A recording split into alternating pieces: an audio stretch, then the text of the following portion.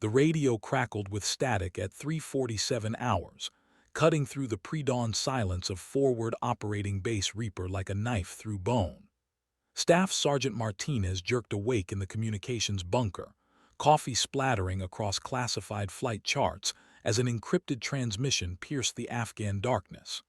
The voice on the other end was calm, clinical, terrifying in its matter-of-fact delivery.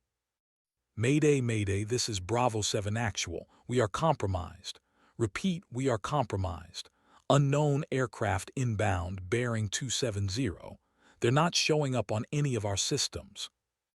Martinez's fingers flew across the radio controls, sweat beading on his forehead despite the mountain chill.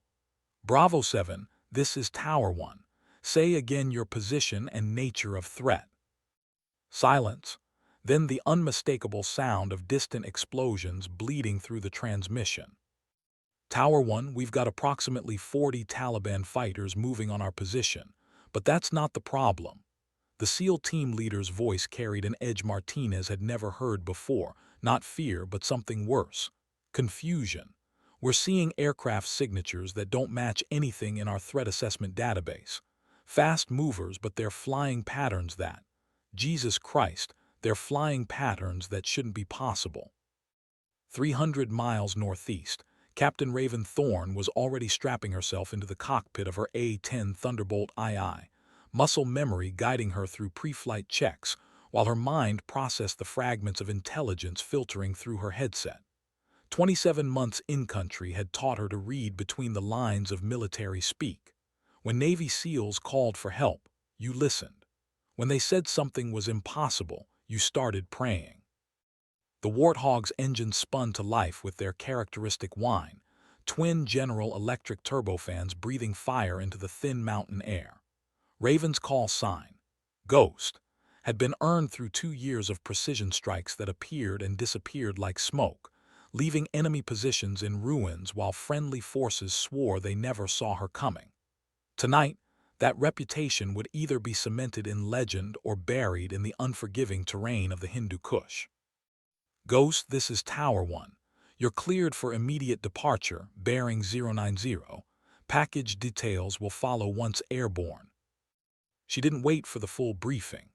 The urgency in Martinez's voice told her everything she needed to know. As her A-10 rolled down the runway, climbing into the star-drunk sky above Afghanistan, Raven Thorne had no idea she was about to undertake a mission that would redefine what the world thought possible, or that by sunrise, her name would be whispered in the same breath as legends. The hunt was about to begin. Tower 1, Ghost is airborne and tracking inbound. Send me everything you've got on those mystery contacts. Her voice cut through the static like a blade, steady and professional, but deep in her chest, something cold was beginning to coil. In 12 years of flying, she'd never heard a SEAL team leader sound genuinely rattled. Tonight was different. Tonight, the sky itself seemed wrong. The A-10 Thunderbolt II banked northeast through the pre-dawn darkness, its titanium bathtub cockpit cutting through air so thin it felt like flying through ghosts. Captain Raven Thorne adjusted her night vision goggles, the green-tinted world below revealing the jagged terrain of the Kunar province like broken teeth against black velvet. Her hands moved with practiced precision across the aircraft's controls, but her mind was elsewhere, dissecting every word of the garbled transmission that had dragged her from sleep. Ghost, Tower 1, uploading tactical package now. Bravo 7 is surrounded in grid November 7-4 Alpha. Last contact 23 minutes ago. The coordinates materialized on her multifunction display, a red dot pulsing like a heartbeat in a valley she knew too well. She'd flown close air support missions there before, threading the needle between mountain peaks that could shred aircraft like paper. But this time felt different. The hair on the back of her neck stood up as she processed the intelligence brief scrolling across her screen. Tower 1, these radar signatures don't match anything in our threat database. What exactly am I flying into? Static. Then Martinez's voice, tight with controlled panic. Ghost, We're showing aircraft operating at altitudes and speeds that our systems classify as anomalous. Speed estimates ranging from subsonic to Mach 3.2, altitude readings jumping from nap of the Earth to 70,000 feet within seconds. Raven's jaw tightened. 12 years of military aviation had taught her that when radar operators started using words like anomalous, people usually died. She pushed the throttles forward, the Warthog's twin turbofans responding with a surge of power that pressed her back into her ejection seat. The airspeed indicator climbed past 350 knots as she descended toward the valley floor, using the terrain to mask her approach. Any word from higher command on rules of engagement? Ghost, you are cleared hot on any aircraft displaying hostile intent toward friendly forces. But be advised, we've lost satellite coverage over your target area as of 0400 hours. You're flying dark. The words hit her like ice water. Losing satellite coverage wasn't uncommon in the mountains, but the timing felt orchestrated. Someone, or something, was deliberately blinding them. She reached up and touched the worn St. Christopher medal her grandmother had given her before her first deployment, a ritual she'd never admitted to anyone.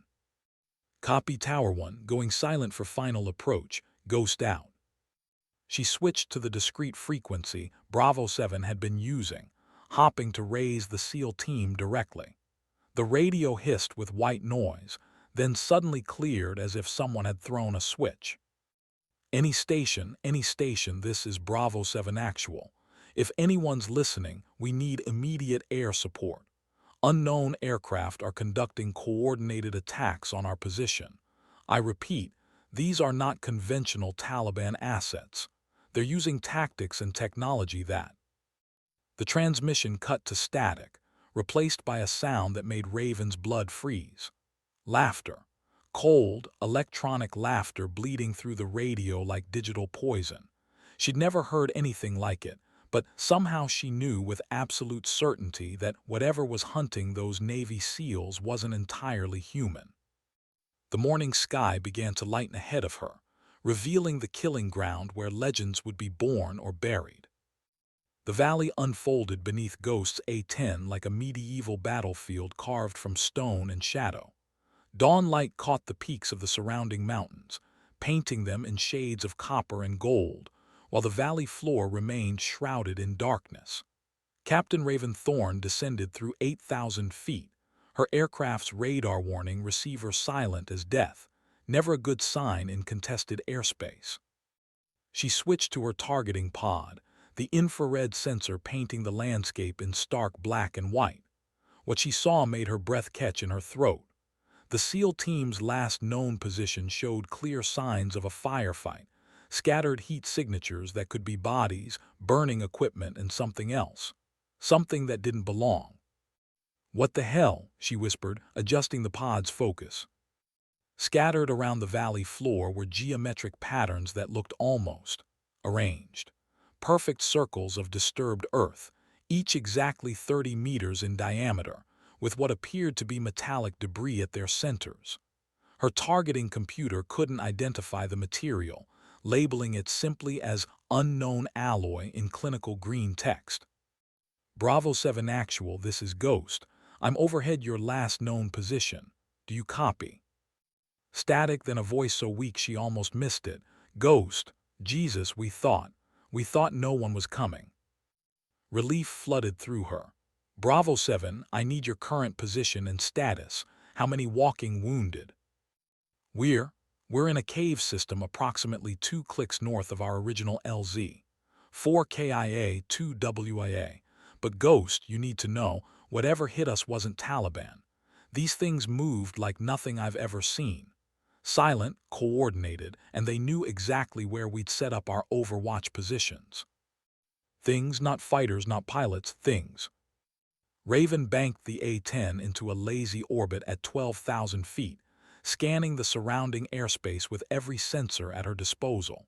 Her radar was clean, but her instincts, honed through over 200 combat missions, were screaming that she wasn't alone up here. Bravo 7, can you describe the aircraft that engaged you? A long pause. Ghost, I've been doing this for 14 years. I've seen every piece of military hardware the Russians, Chinese, and Iranians have ever put in the air. What we engaged tonight. It was triangular, completely silent until it opened fire, and it moved like it was ignoring physics. No heat signature, no radar return, and when it accelerated, it just disappeared. The radio crackled with interference, and for a moment, Raven thought she heard that electronic laughter again. She checked her instruments, but everything appeared normal, almost too normal. How many aircraft are we talking about? At least 3, possibly more. They came in from different vectors simultaneously, hit our support positions first, then began herding us like cattle. Ghost, these things were hunting us, not just attacking, hunting. She was about to respond when her radar warning receiver suddenly erupted in a cascade of alarms. Multiple contacts, bearing unknown, range unknown, closing fast. The display showed nothing but electromagnetic chaos, as if something was deliberately jamming her sensors while announcing its presence. Bravo 7, I'm showing multiple inbound contacts, going evasive. But as she pulled the stick back and began a climbing turn, something impossible happened. The sun dimmed. Not clouds. The sun itself seemed to fade as if something vast was moving between her and the sky above. Captain Raven Thorne looked up through her canopy and saw something that would haunt her dreams for the rest of her life. The sky was falling. What Raven saw defied every law of physics she'd learned at the Air Force Academy. A massive triangular shadow was descending through the morning sky, its edges so sharp they seemed to cut the air itself. The craft, if it could be called that, was easily 300 meters on each side, moving with the impossible grace of something that had never heard of gravity. Its surface rippled like liquid mercury, reflecting the dawn light in patterns that hurt to look at directly. Bravo 7, are you seeing this? Negative, Ghost, we're pinned down in these caves. What's your status? She couldn't answer. Her training, her experience, every instinct developed through 12 years of military aviation was telling her to run. But the SEAL team below was depending on her, and Captain Raven Thorne had never abandoned a mission. Not when her wingman was shot down over Iraq. Not when her forward operating base was overrun in Syria. Not now. The A-10's radar warning receiver continued its electronic screaming as she pushed the nose down, diving toward the valley floor. If these things wanted to hunt, she'd give them a target they'd never forget. The Warthog's GAU-8 Avenger cannon, a 7-barrel rotary cannon that could shred tanks, was loaded and ready.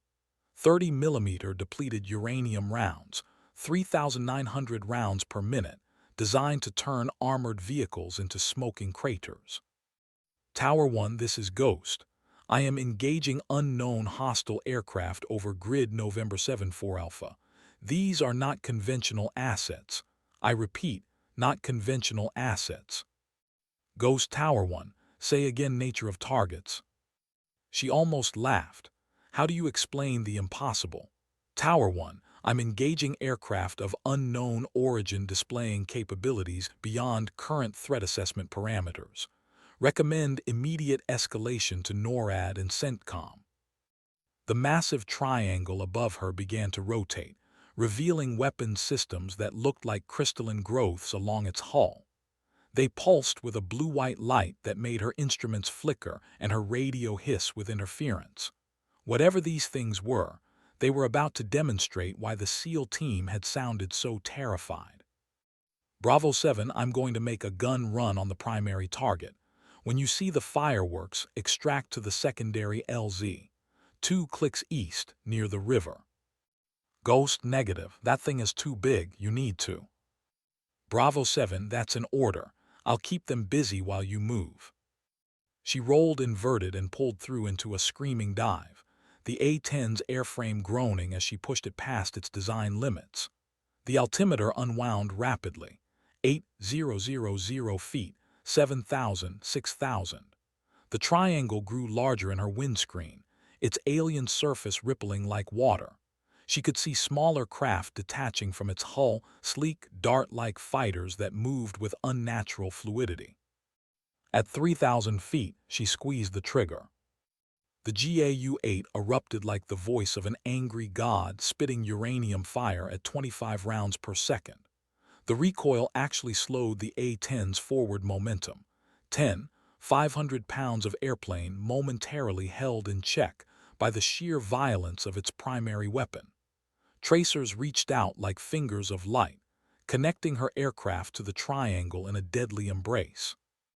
The round struck the alien craft's hull and simply vanished. No explosions, no impact flashes, nothing. The triangle absorbed 30-millimeter depleted uranium rounds like they were raindrops. "Oh shit," she whispered. That's when the triangle began to laugh. The sound wasn't coming through her radio this time. It was coming through the aircraft itself, vibrating through the titanium bathtub that surrounded her, making her bones ache and her vision blur. The triangle's crystalline weapon systems flared with that otherworldly blue-white light, and Raven suddenly understood what the SEAL team had been trying to tell her. She wasn't hunting them, they were hunting her. The first energy pulse missed her port wing by inches, turning the air itself into plasma. Raven threw the A-10 into a savage right turn, pulling G-forces that grayed out her vision and made her anti-G suit inflate like a blood pressure cuff. The Warthog, designed for close air support rather than air-to-air combat, groaned in protest as she asked it to dance with angels. A second pulse scorched past her canopy, close enough that she could smell ozone and burnt electronics. Her radar warning receiver was having a seizure, alarms screaming warnings about threats it couldn't identify.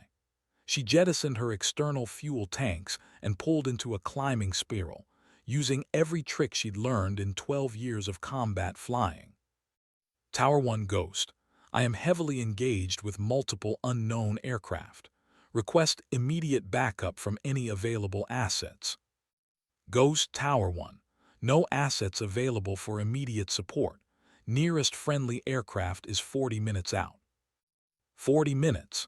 She'd be a smoking crater in 40 seconds if she didn't figure out something fast. The dart-like fighters were closing from 3 directions, moving in perfect coordination like a pack of wolves. Their energy weapons charged with that same blue-white glow, preparing to carve her airplane and her into component atoms. That's when she remembered why they called her Ghost. During her first tour in Iraq, she developed a reputation for appearing and disappearing like smoke.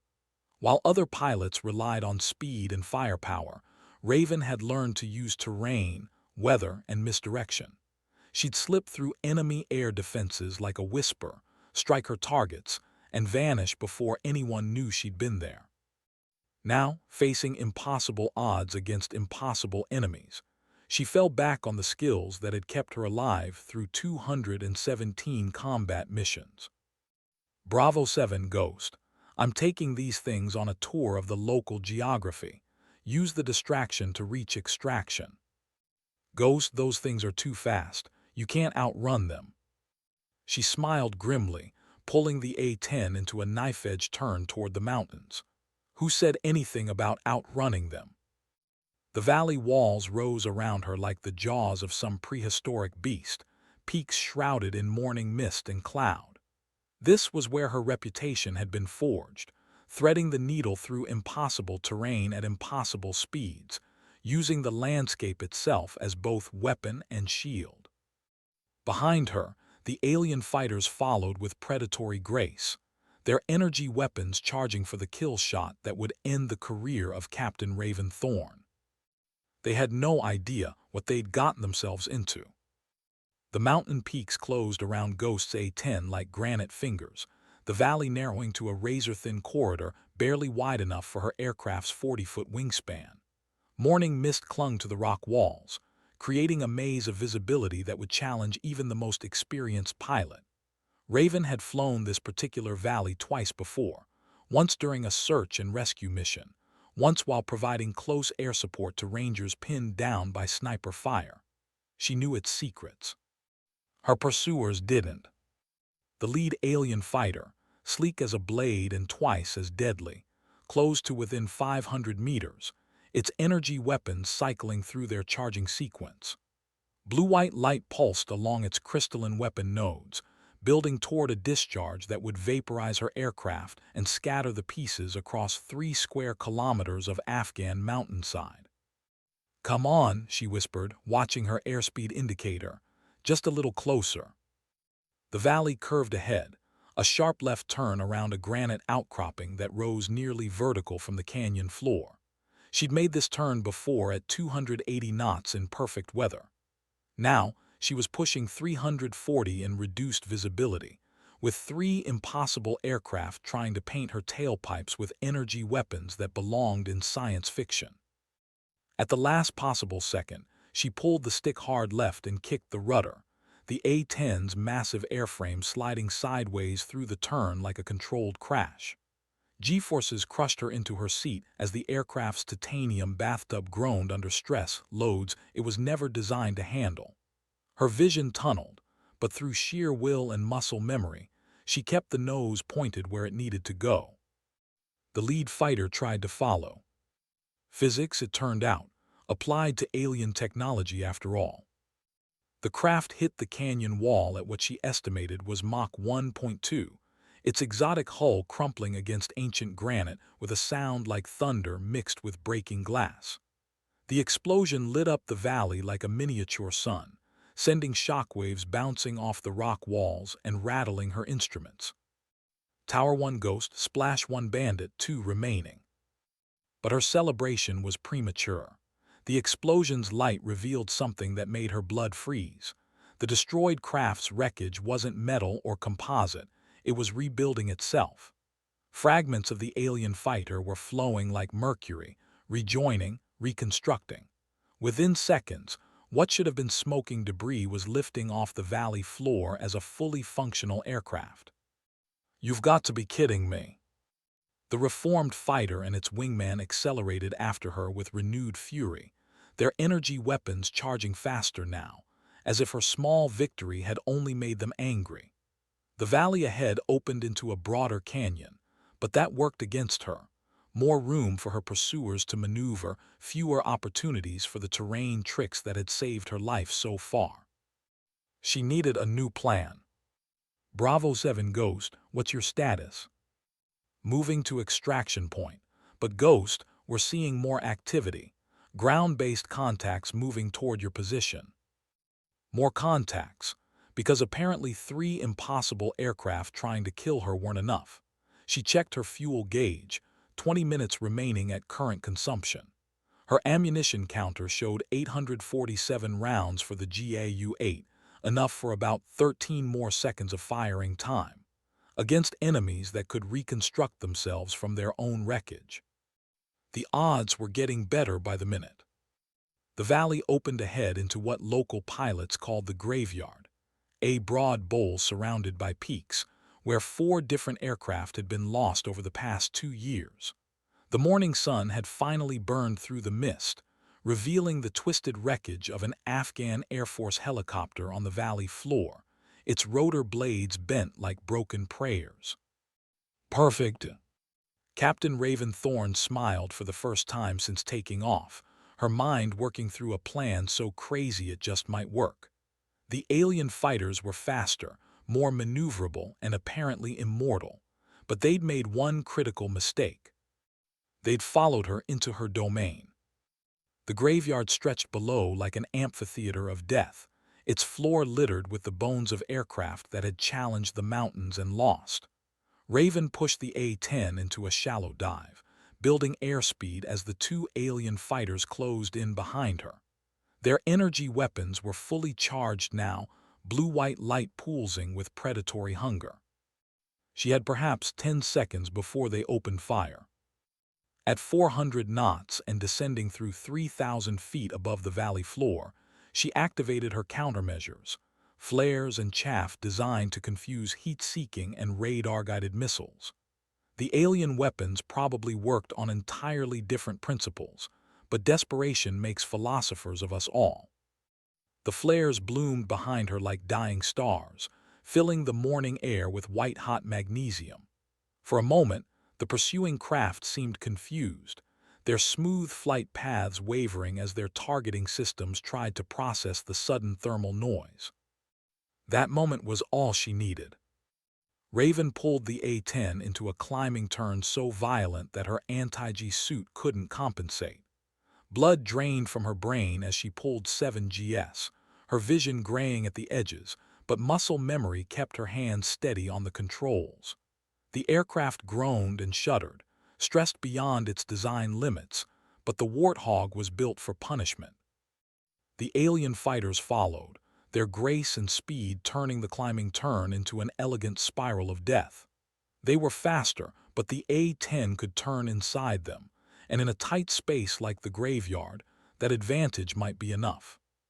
The lead fighter fired first, a coherent beam of energy that missed her starboard wing by less than 2 meters.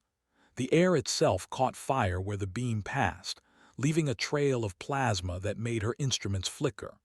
A second beam from the wingman scorched past her canopy, close enough to fog her helmet visor. They were toying with her now, she realized. These things could have killed her a dozen times over during the chase through the valley. They were enjoying the hunt. That was their second mistake. Captain Raven Thorne had earned her call sign Ghost, not just for her ability to appear and disappear in combat, but for something else, something her squadron mates whispered about but never discussed openly.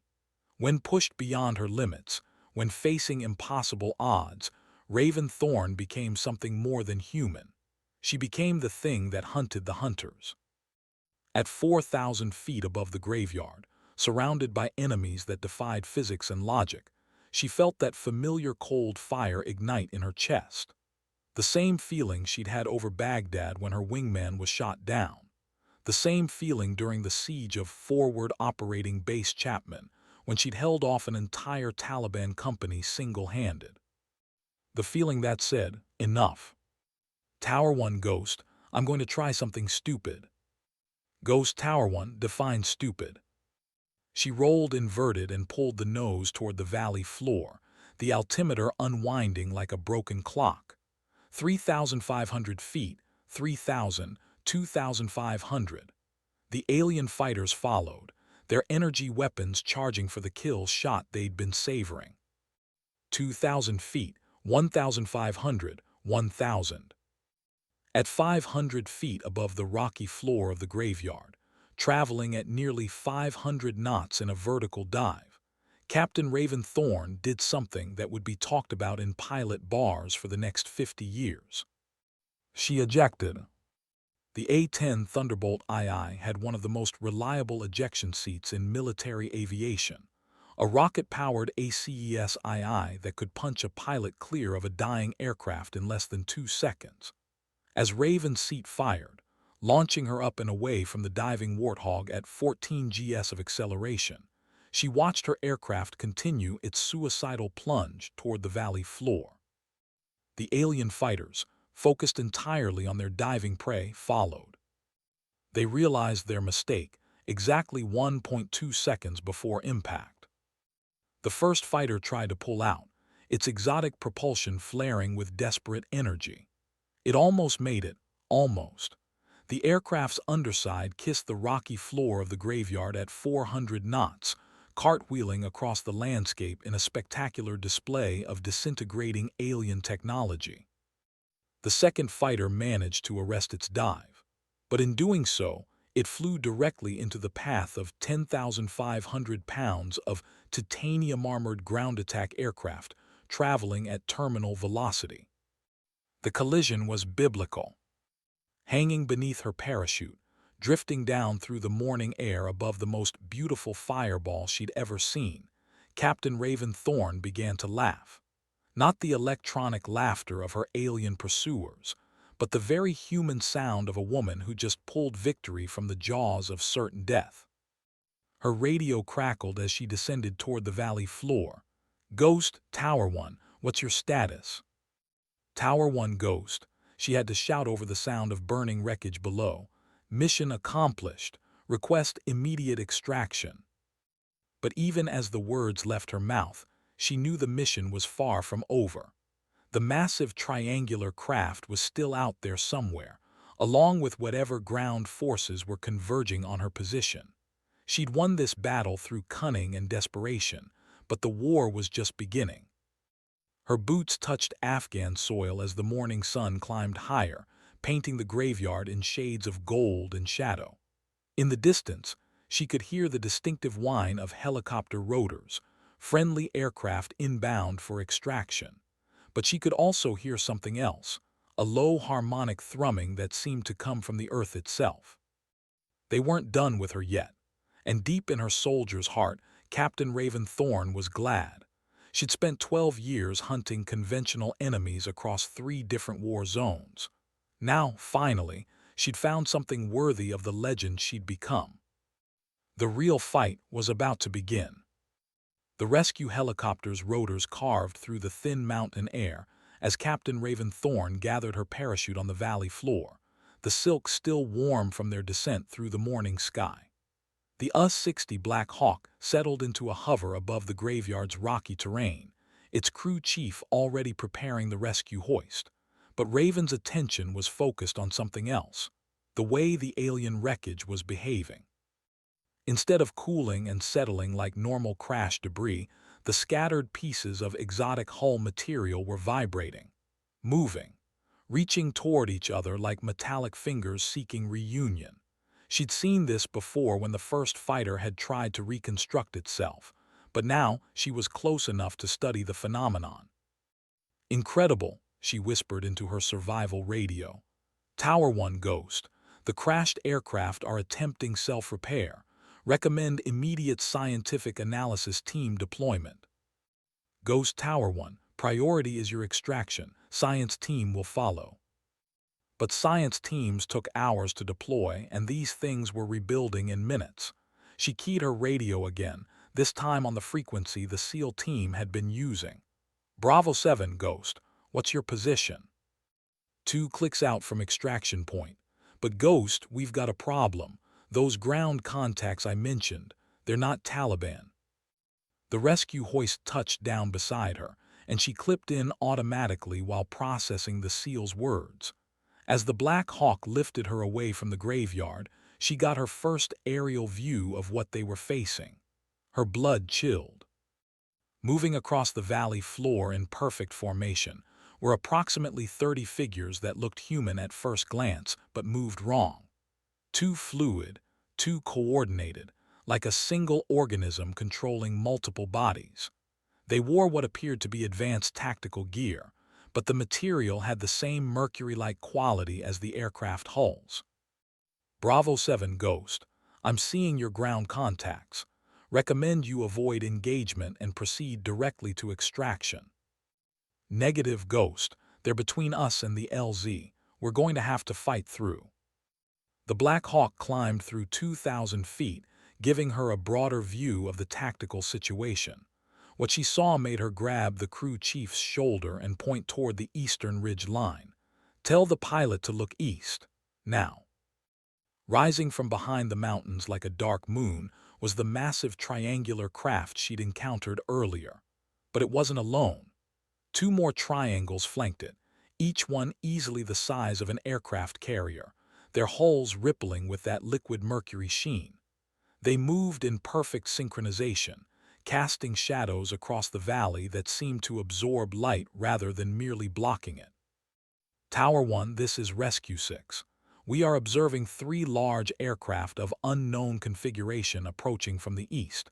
Request immediate instructions." The pilot's voice carried the controlled panic of a man suddenly realizing his rescue mission had become a fight for survival. Through her headset, Raven could hear Tower 1 scrambling to respond, coordinating with higher command, trying to make sense of reports that defied every threat assessment manual ever written. "Rescue 6 Tower 1, RTB immediately. Do not engage. Repeat, do not engage." But as the Black Hawk banked toward home, something impossible happened. The space ahead of them folded. There was no other way to describe it. The air itself twisted like fabric being wrung out, and suddenly one of the dart-like alien fighters materialized directly in their flight path, its energy weapons already charging. "Evasive," Raven shouted, though the pilot was already pulling pitch and rolling away from the threat. The Black Hawk wasn't built for air-to-air combat, but it could turn on a dime, and its pilots were the best in the world. The alien fighter's energy beam scorched past their tail rotor, close enough to make the entire aircraft shudder. But instead of pursuing, the craft simply vanished again, not flying away, but folding space and disappearing like smoke. "What the hell was that?" the crew chief shouted over the intercom. "Advanced propulsion technology," Raven replied, though her mind was racing through implications that made her stomach churn. If these things could fold space, appear and disappear at will, then conventional military tactics were worse than useless. They were flying blind into a war they didn't understand against an enemy that rewrote physics as casually as changing radio frequencies. The Black Hawk's threat warning system began screaming as multiple contacts appeared on their defensive screens. Not approaching, already there, surrounding them in a perfect sphere of alien aircraft that had materialized from nothing. "Tower 1 Rescue 6, we are surrounded by unknown aircraft. Request immediate support." "Rescue 6 Tower 1, no assets available for immediate response. You are cleared to defend yourselves." Cleared to defend themselves against enemies that could fold space and reconstruct themselves from wreckage, with a helicopter armed with door-mounted machine guns. That's when Captain Raven Thorne made a decision that would either save them all or get them killed in the most spectacular fashion imaginable. She unstrapped from her rescue harness and moved toward the helicopter's open door, where a crew member was manning an M240H machine gun. "What are you doing?" the crew chief shouted. "Something stupid," she replied, taking control of the weapon. "Pilot, take us down into the valley, low and fast." "Ma'am, that's directly toward the enemy ground forces." "Trust me." The Black Hawk dove toward the valley floor like a stone, its rotors clawing at the thin air as they descended through the alien formation. The enemy fighters paced them perfectly, maintaining their sphere formation, their energy weapons cycling but not firing. They were hurting the helicopter, Raven realized, pushing them toward something specific. Toward the ground forces that had the SEAL team pinned down. It was a trap within a trap within a trap, and she'd just flown them directly into it. But sometimes, when facing impossible odds, the only rational response was to do something completely irrational. "Bravo 7 Ghost, I'm inbound on your position in a Black Hawk. When I give the word, break cover and run for the LZ." "Ghost negative, there are too many of them." "Trust me," she said again, checking the machine gun's ammunition belt. "I've got a plan." Through the helicopter's windscreen, she could see the SEAL team's position, a cluster of rocks providing minimal cover against 30 enemy contacts that moved like liquid death across the landscape. The aliens had them surrounded, but they weren't attacking. They were waiting. Waiting for her. Captain Raven Thorne smiled grimly as the Black Hawk screamed toward the valley floor at 120 knots, alien fighters packing them on all sides like mechanical angels of death. She'd lost her aircraft, but she hadn't lost her war. Not yet. The ground rushed up to meet them as she prepared to teach an advanced alien civilization why human beings had conquered their own planet through sheer, bloody-minded stubbornness. The lesson was about to begin. The Black Hawk flared hard at 50 feet, its rotors clawing at the mountain air as Captain Raven Thorne opened fire with the M240H machine gun. The weapon's familiar chatter filled the cabin as 7.62 rounds reached out toward the alien ground forces surrounding the SEAL team's position. She wasn't trying to kill them, not yet. She was testing them. The rounds struck their targets and passed through harmlessly, as if the figures were made of smoke and shadow. But the aliens' reaction was immediate and telling. They froze, their fluid movements suddenly becoming rigid, artificial. Their perfect formation wavered as they processed this unexpected development. "They're holograms," she shouted over the rotor noise. "The ground forces are projections." "Say again," the pilot called back. "It's a distraction. The real threat is—" Her words were cut off as the valley floor erupted in columns of blue-white energy, each beam precisely targeted at the helicopter's flight path. The pilot threw the Black Hawk into a savage, evasive maneuver, banking hard left as coherent energy scorched through the